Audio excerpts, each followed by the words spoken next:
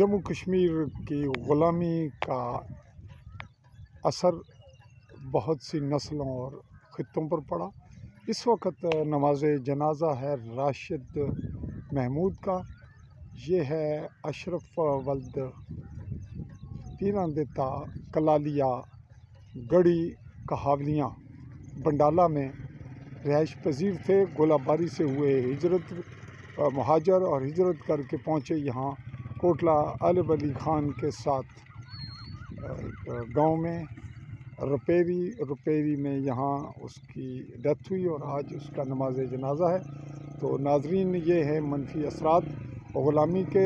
बिल्कुल गढ़ी कहावलियाँ के बिल्कुल ज़ीरो लाइन पे बिल्कुल साथ है अरसल का गला, जहाँ के ये रिहायशी हैं।